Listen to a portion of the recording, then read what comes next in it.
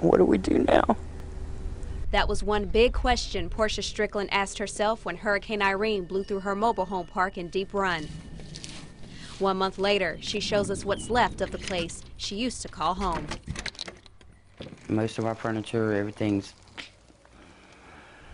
beds and stuff, all of them got messed up. Strickland is still emotional about all she's lost. Coming over here and seeing it's depressing again, but it'll get better. It's got to get better. Proof of the damage from the pieces of insulation and patches of mold are still present inside the home. Outside, there is one big thing missing. Strickland is left without a roof over her head at her old home, but she has family nearby that she's able to stay with while she figures out what's next. You go for a ride, David Darrell. When you're my age and you got to live with your kids. Get it, David, get it. That's kind of depressing. Even though the view from her living room is gray from the mangled roof, Strickland sees a bright future ahead. They say everything happens for a reason. Maybe it's my daughter's getting ready to have her first baby and she needs mama's help, so.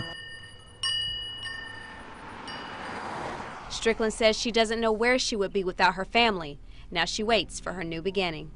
You just go on with life. In Lenoir County. It can't stop. Shamirio Ratliff, News Channel 12.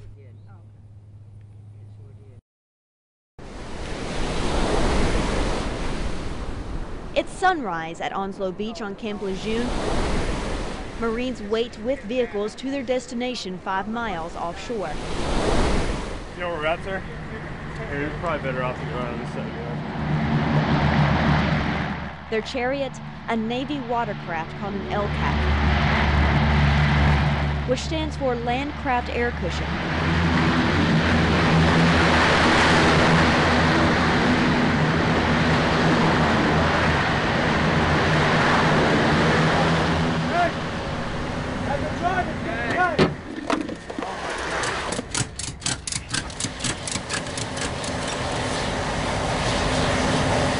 Staff Sergeant Heath Sell is in charge of getting 101 vehicles to the ship.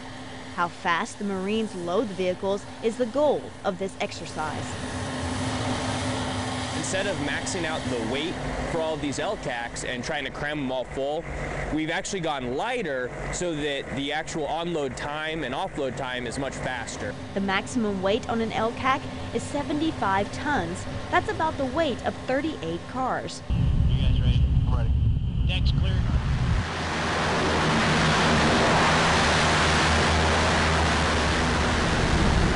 The ride to the USS Iwo Jima is a little bumpy, but rather calm to the sailors. The flat bottom of the LCAC lets you feel every wave at 40 miles per hour.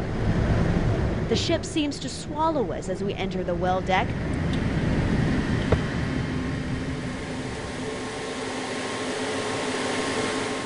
Unloading the hovercraft is like a puzzle because more than 100 vehicles must fit perfectly to maximize the space. The 24th MEU load every type of vehicle they need to prepare for deployment, from the smallest of Jeeps to the largest of tanks. Deployment is on the minds of the 24th MEU. Commanding Officer Colonel Francis Donovan knows the training exercise could be interrupted by a phone call. So we have to be ready for not only to train right now, but ready to pick up and go right now if we had to. When our country has an emergency, the 24th MEU is America's 911. Lance Corporal Michael Petersheim says it keeps him on his toes. It's kind of exciting and nervous at the same time. We don't really know what's going to happen. We've had a few scares before, like we're going to go provide hurricane relief, or we're going to go do something like this. You got to be ready, to go tomorrow. The destination of the deployment is unknown. The mission may range from war to welfare. And so crisis response can be responding to an embassy that's in trouble.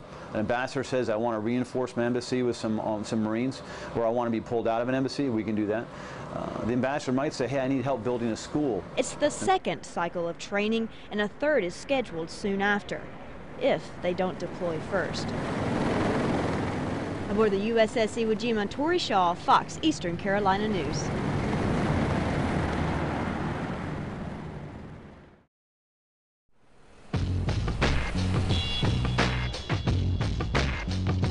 The streets of New Bern have a new man in charge, but with the top office in the police department comes big expectations. I expect for him to come in here and make a difference. A difference that will bring down crime and make the city safer. Chief Toussaint Summers Jr. may have ideas on how to do that, but so do the people of New Bern. A watch, police watch for the communities. Put something out there for the kids to do when they get out of school, then they won't be out here acting like that. Community members say they want the new chief to know more than just the street names and statistics. They want Chief Summers to know the people. People we've spoken to say they want to see the police chief physically out in the community, even if that means going around and knocking on some doors. Toussaint Summers Jr. brings 35 years of experience in law enforcement to the area, experience that people hopes prove positive. Come out and help the people instead of putting the people down.